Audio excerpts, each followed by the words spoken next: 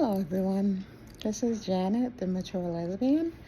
I felt motivated to speak on this topic after I saw the story that came out about Keke Palmer. And this can happen, this kind of stuff can happen to anyone.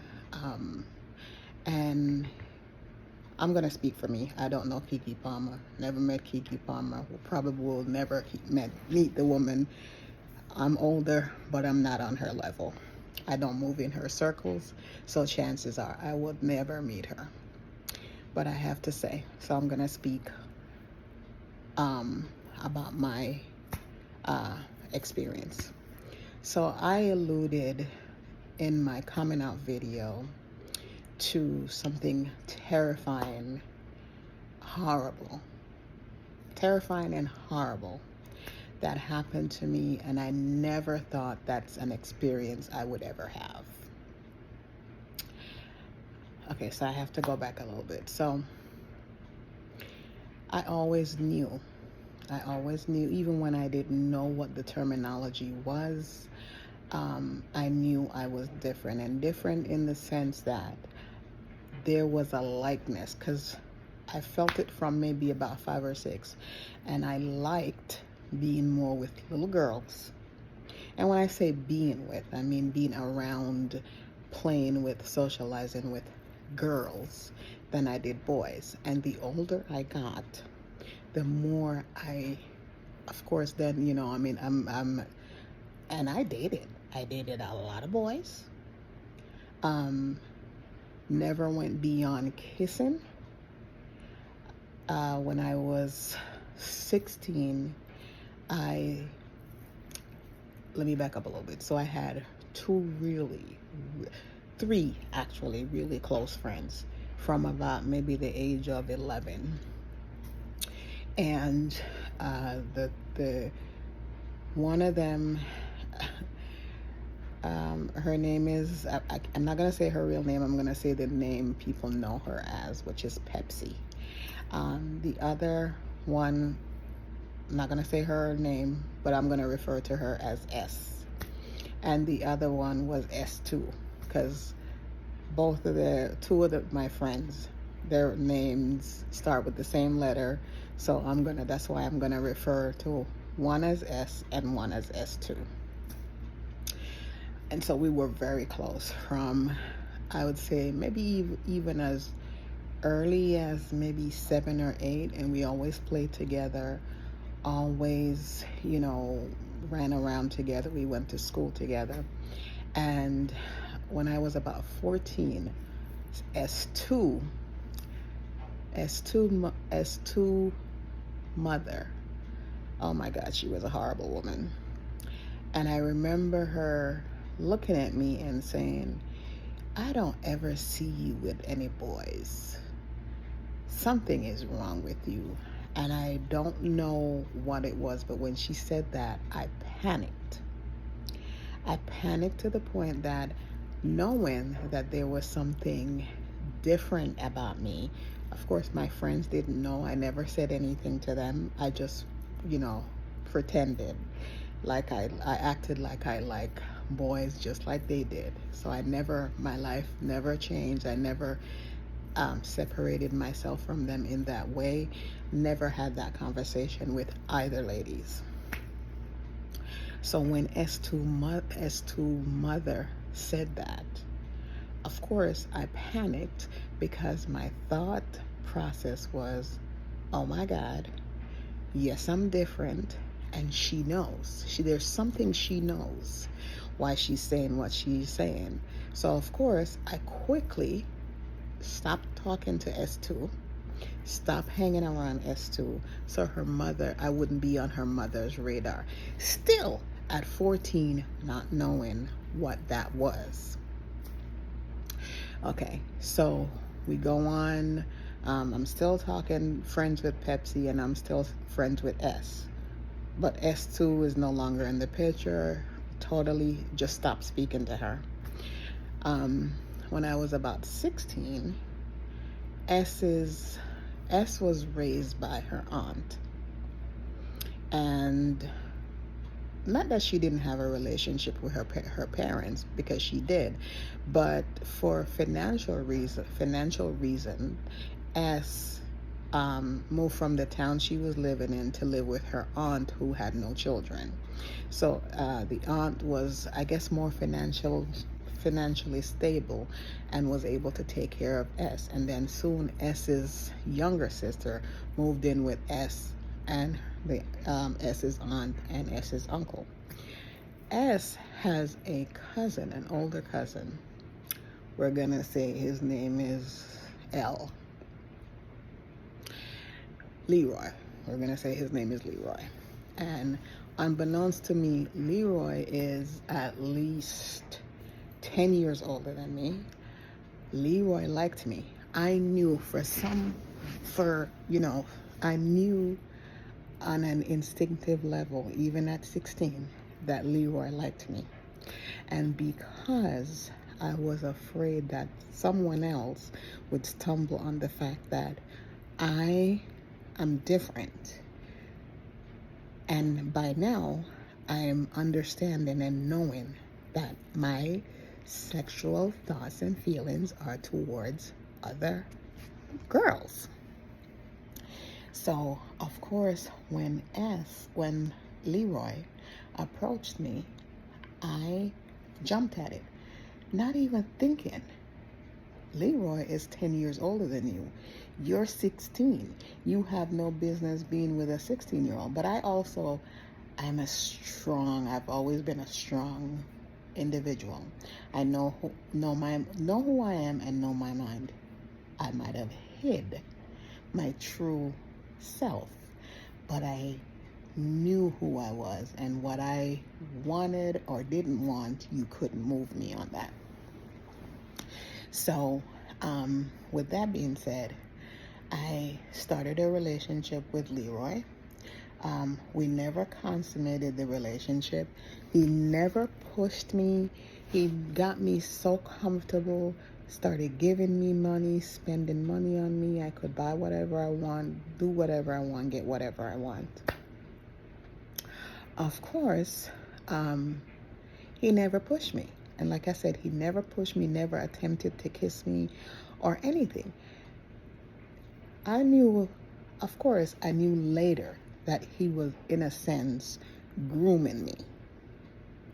Because when you feel safe, and when you feel secure, and when anyone, whether it's a man or a woman, that's sexually interested in you, and if it's a narcissist, they groom you to get you to a place where you completely trust them. So then anything they ask, you're not going to say no, and you will do. But now, keep remembering, I'm very strong-minded, knew who I was, knew what I wanted, and I also knew I was never going to sleep with Leroy. Didn't know how I was going to handle it if it ever came up, but I knew me enough to know that I was not going to sleep with Leroy. So anyway, we dated for almost 2 years, and the person who ends up being my daughter's father that I borrowed the sperm from was a rival of Leroy's, and wanting to get rid of I knew now I had gotten to almost 18. Leroy was looking, I could see where he was going, like he was knowing that I'm about to be 18. He's waiting now and ready to cash in, meaning, to sleep with me. So I knew that I had to get rid of him. And how I got rid of him, I knew that the person who later became my child's father, the person I borrowed sperm from, they hated each other. And this person, who's also older than me, Leroy at the time was 28, but this person was about 30.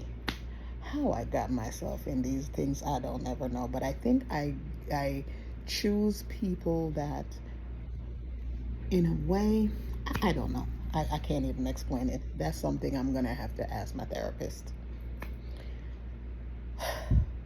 Anyway, so I started a relationship with, let's call him Derek. So I break up with Leroy and I start a relationship with Derek. Now, fairly quickly, Derek wanted to sleep with me, and I knew that off the bat. But the difference is, he tried every trick in the book. First, if I wait too long, if I remain a virgin too long, it's gonna be so painful when I finally sleep with somebody.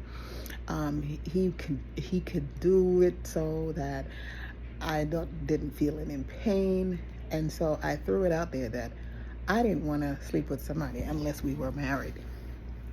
Now, by this time, I'm living in Jamaica, and my mom was living in the U.S. and was preparing to bring us, me and my siblings, to the U.S. to live with her and my dad. So I knew that within months of starting this relationship with Derek, I was going to be leaving the country. So I played with that and played around with time. And I mean, he persisted. So, how I got this sperm, you would say? Years later, because I was 26, years later, he came to the US, and I knew in my gut that I wanted a child. And so I just said I was going to gamble, because at one time I had already been de-virginated, not by Derek, but I slept with Derek one time. I took a chance, and I said, if it happens, if I get pregnant, I calculated this. I knew I wanted a kid, so I planned this. So I said, if I get pregnant, I get pregnant. He was not going to live in the United States. He was going to go back to Jamaica. I had a really good job. I could take care of myself very well, and so I know I could take care of a child. Thankfully, though, Derek ended up being an awesome dad, because once he found out I was pregnant, even though we were not in a relationship, he wanted to be a part of his child's life, and he was and has been. And so he, we weren't together. He understood that. He didn't know I hadn't come out yet, so he didn't know that the reason I wasn't wanting to be in a relationship with him was because I was a lesbian. I'm a lesbian. But he understood that I was never going to be with him. So with that being said, in the long run, I am thankful. I am thankful because he is the father to my daughter that I never knew that I needed or she needed. So let's back up, because I went ahead a little bit.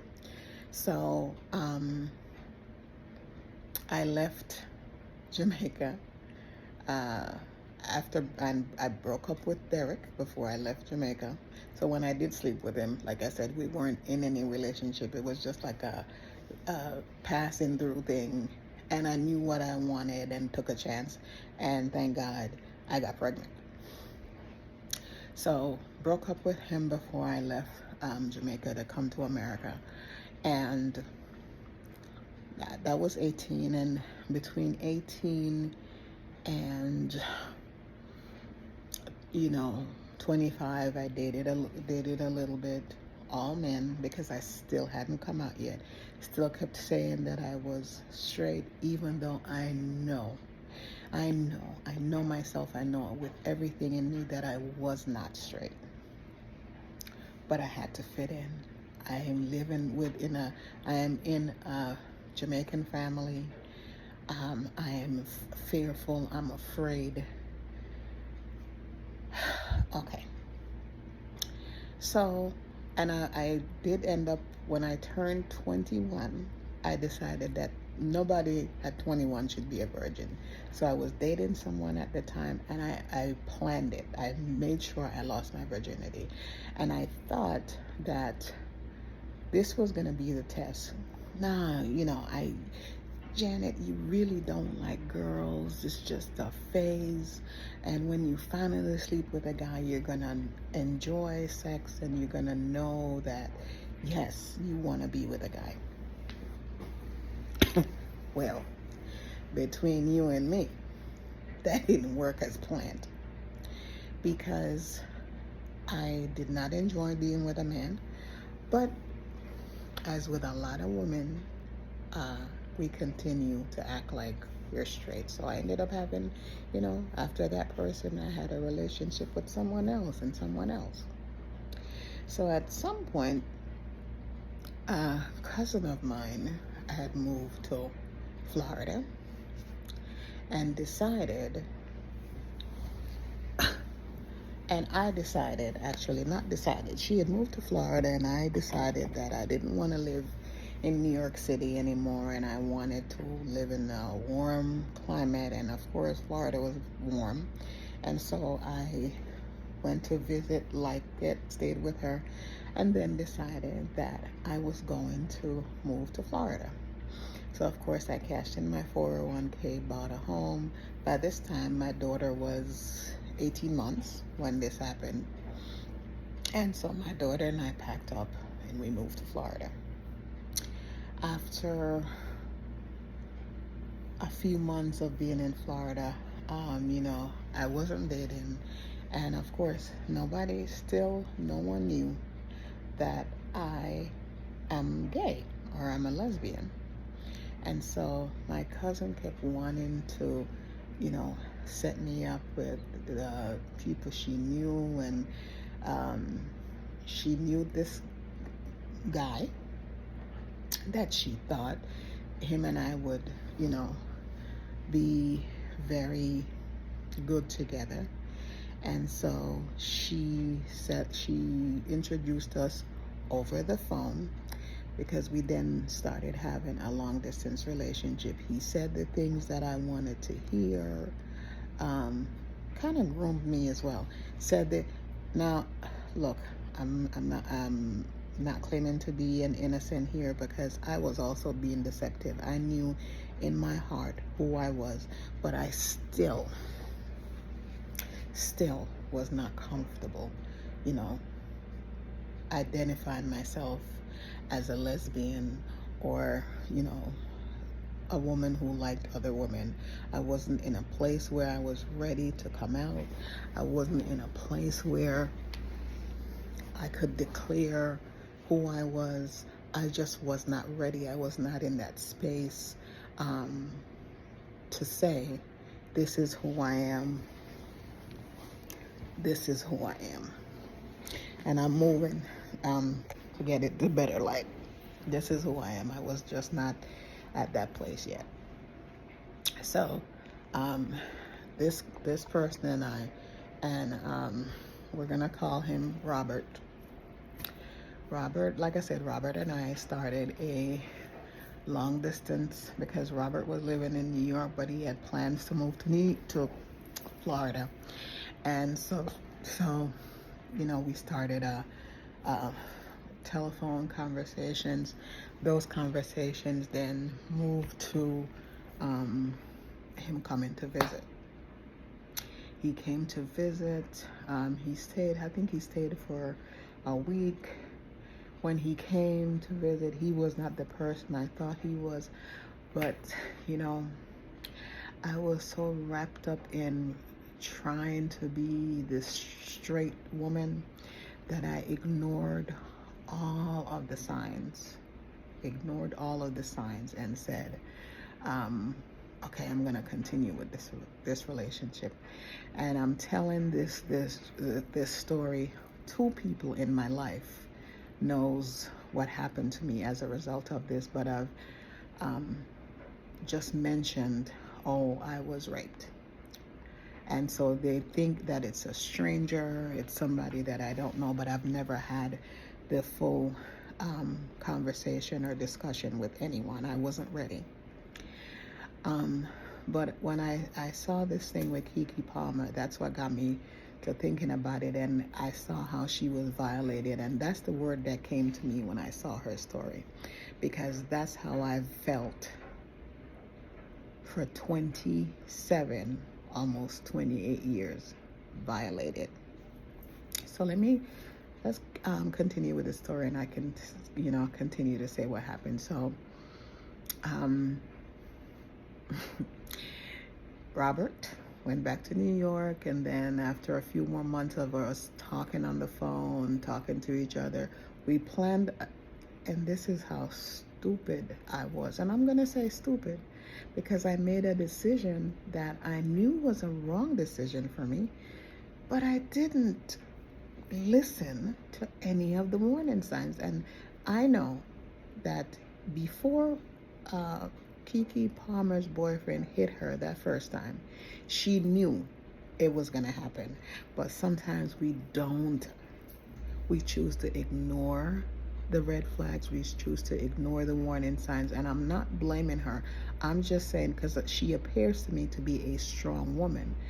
Sometimes it's fear that keeps you in a situation that you know you shouldn't be in, that you don't want to be in, but you don't know how to extricate yourself from the situation. And I'm sure this is what happened with her, because she doesn't strike me as a weak person. She's very vocal, seems very vocal, seems very strong. And I'm saying that because that's how I felt. And she was a victim, and I was a victim. But as victims, we always say it was our fault, because I said this for a long time. So let's continue with the story. So continue this over the phone dating for a few more months before he packed up his everything. And I think his life was crashing in. Okay, let's back up. I know now that his life was crashing in New York. He was running from some things that I had no knowledge of. And so he was looking for a shelter in the storm. And I was the shelter. I was stupid enough to be the shelter, unknowingly be the shelter. So we moved in together. He proposed. We were planning a wedding. This is, people, talked to the man on the phone for about 4 or 5 months. Then we met for 1 week, face to face for 1 week. Then he went back to New York to pack up his life. We talked on the phone for another 4 months. Then he moved. Then we moved in together. So this is just 1 week. It's a few months talking on the phone.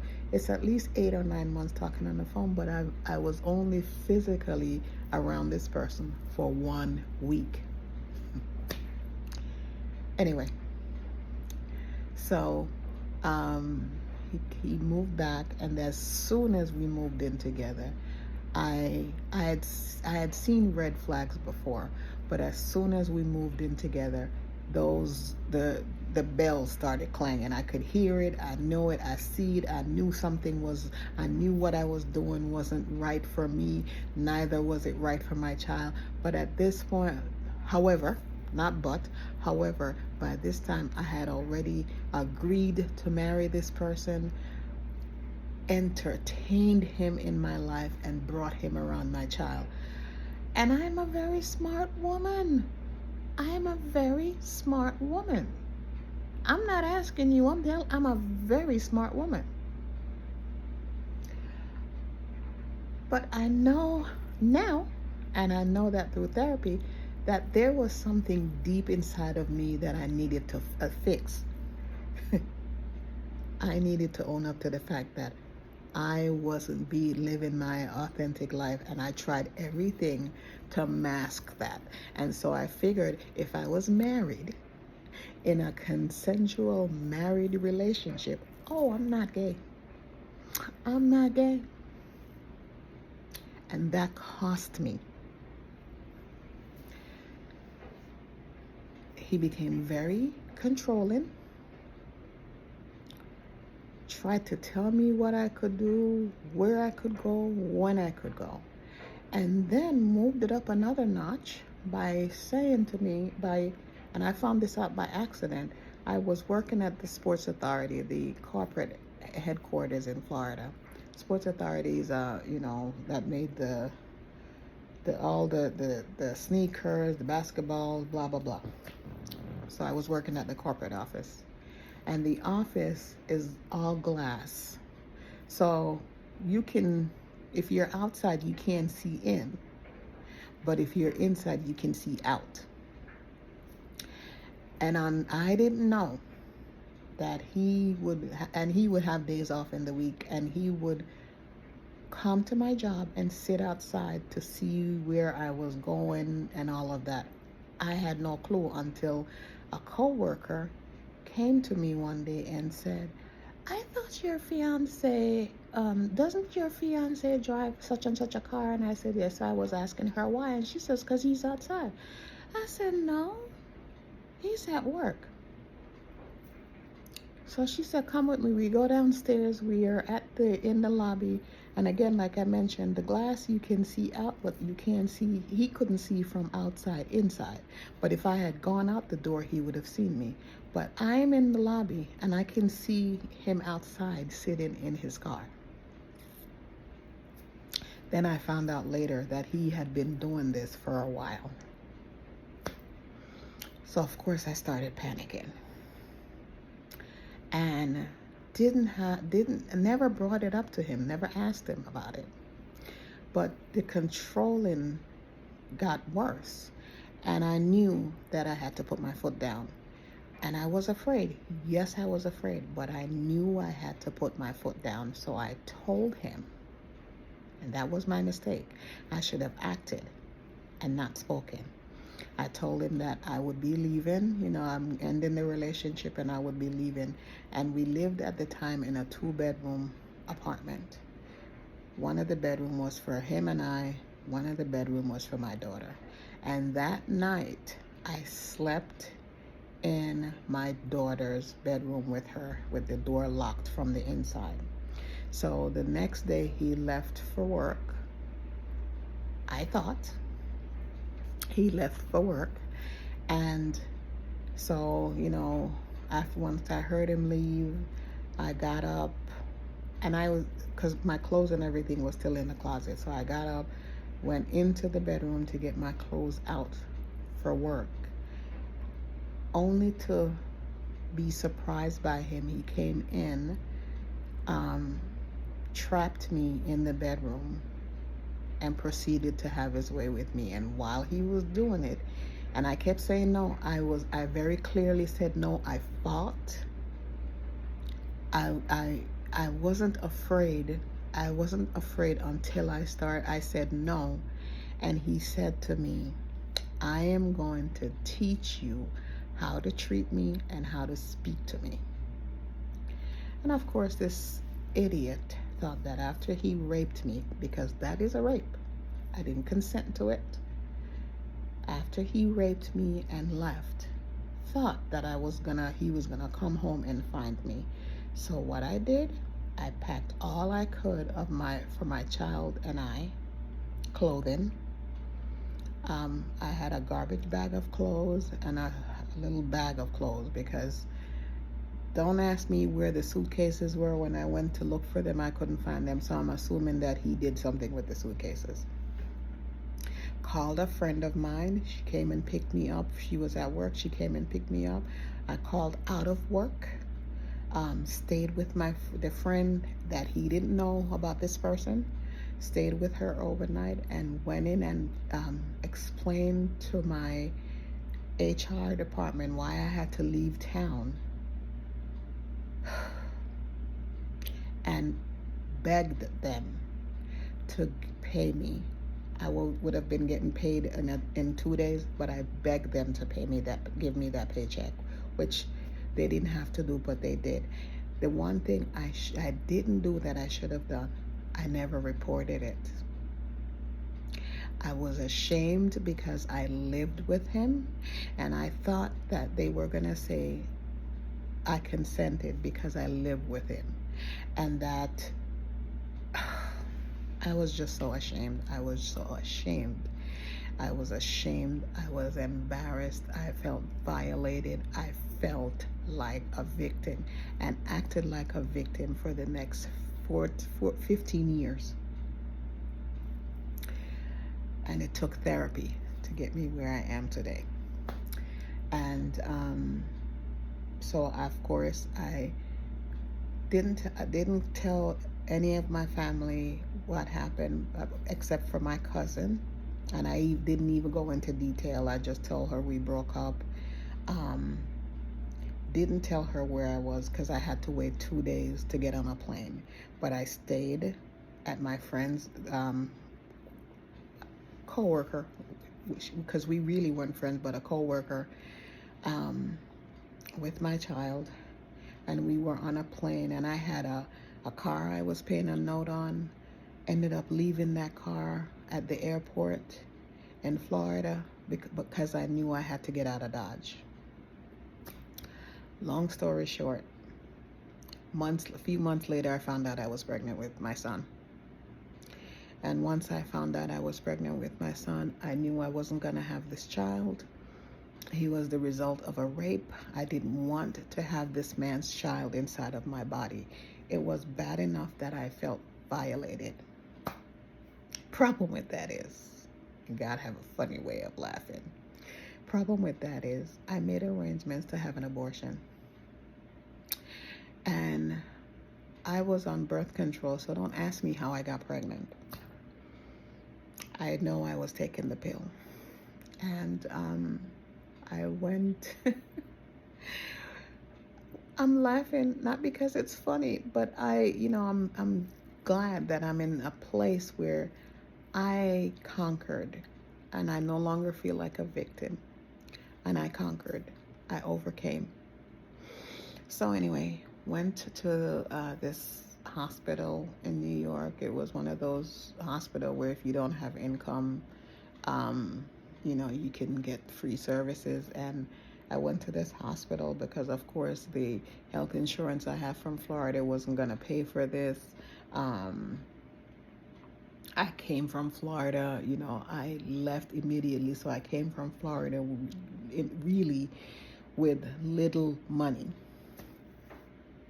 When I ended up telling them what I was there for, they asked me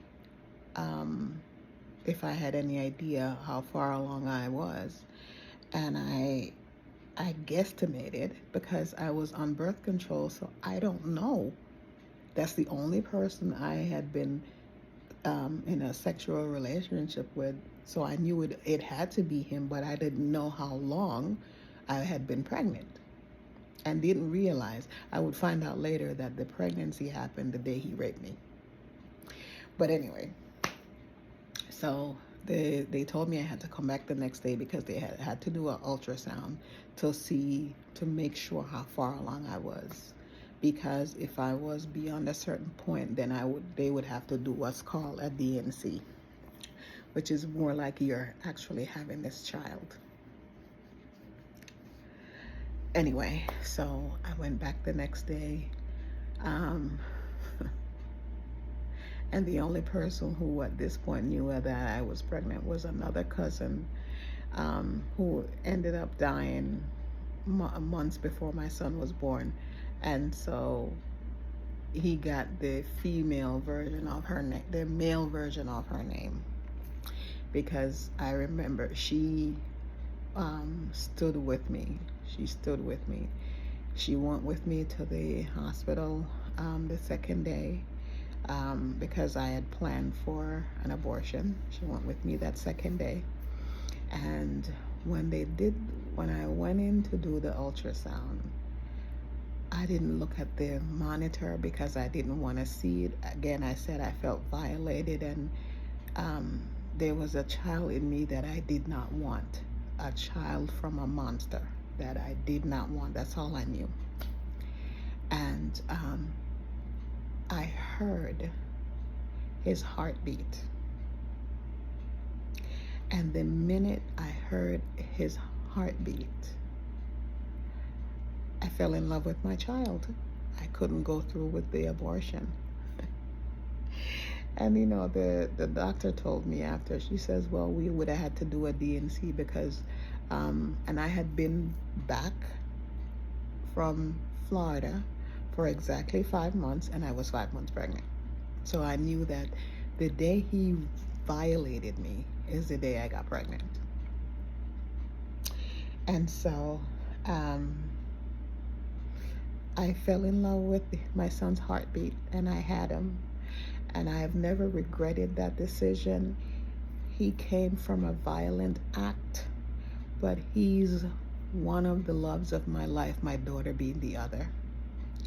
And I don't regret him. I love him dearly.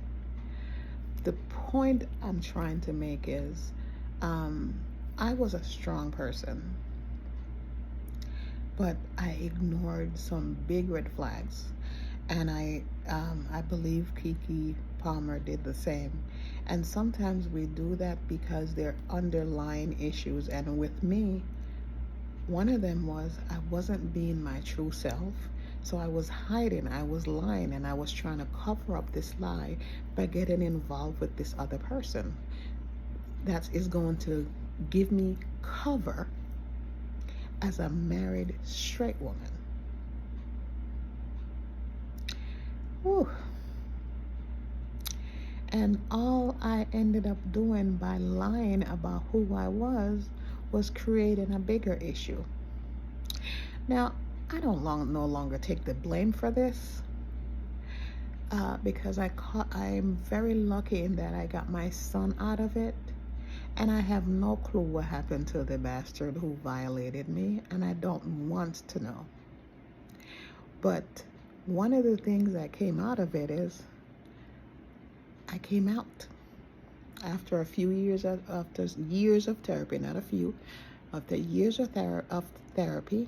I no longer looked at myself as a victim, and I looked at myself as a conqueror, and I looked at myself as a woman who could do anything. And one of those things I did was to own up to the fact that I am a lesbian woman. Now, the moral of this story is, and I keep saying this to everybody because everybody's experience is not the same. Fear, because fear led me into this situation, and fear kept me